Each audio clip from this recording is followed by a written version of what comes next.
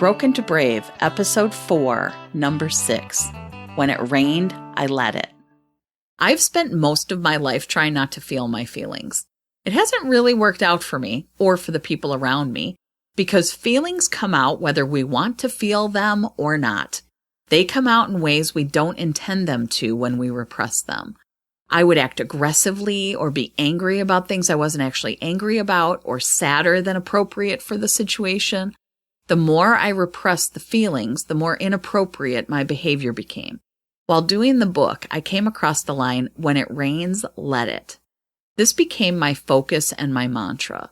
My whole life, I felt like I was staring up at the sky and shouting, "Don't you dare rain on me. Not one freaking drop, so help me God." I would do just about anything to avoid the feelings because I was so afraid that if I felt one drop, that it would turn into a deluge and I would be unable to control it. I thought I would never stop crying if I allowed myself to start. I thought that the feelings would overwhelm me and I'd die. So this was one of the hardest steps I'd ever taken in my life. I tried starting out slowly. Okay, one small feeling. Survived that. It was okay, and I didn't act out in other ways for days avoiding it, so that's good. I may just survive this. Sometimes bravery is relinquishing control. Episodes of Broken to Brave are released every Tuesday and Thursday. Thank you so much for listening and for joining me on this journey of healing and growth.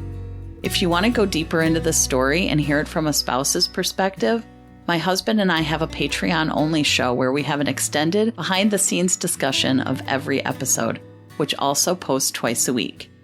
Here's a sample of our latest Patreon-only companion podcast. When I was like 19, I had an ulcer.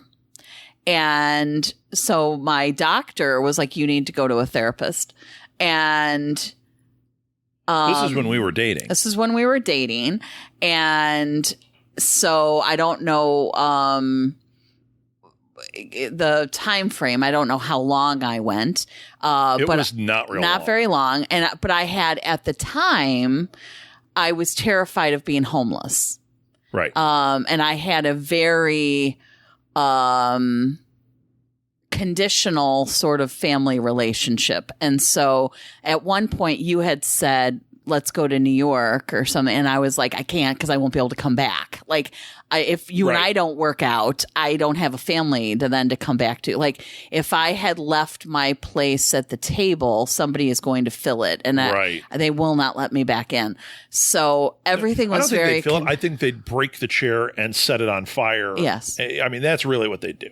So I didn't feel safe, and I didn't feel supported or at all confident that I was prepared for life. Sure. Okay. And so this woman was helping me, and she's like, "It's actually called bag lady syndrome. Like, there's actually a thing." I so forgot about this. So she sent me. You had bag lady syndrome. Yeah. So she sent me. Now I just kind of like purses, but like at the time it was more about. Then it was just. It was like actually homeless. Yeah. But she even sent me an article, and she was like, "Look, it's a thing. Like, this is a legitimate fear that a lot of young people, especially young women who at that time in the late 80s, early 90s, women were still very much not able to do a lot of things, and were very much held back by society. Right. And it was scary. So she said, "This is actually a legitimate thing, and it's a normal fear for someone your age and your particular gender." And so So I went to her, and I was like, "Oh, thank God, I finally have somebody who hears me. I finally have somebody, who can help me." Like, she totally knew what to do.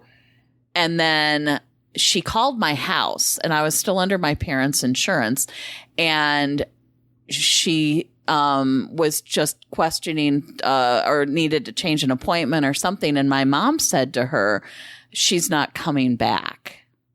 Yeah. And the woman was like, excuse me, like she really needs this help. Like she really, really needs this help. Right. And my mom said, and I quote, this is from the therapist's mouth.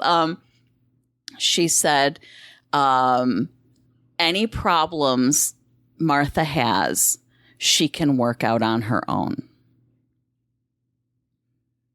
Yeah, that worked out well. So it took 35 some more years, but yeah.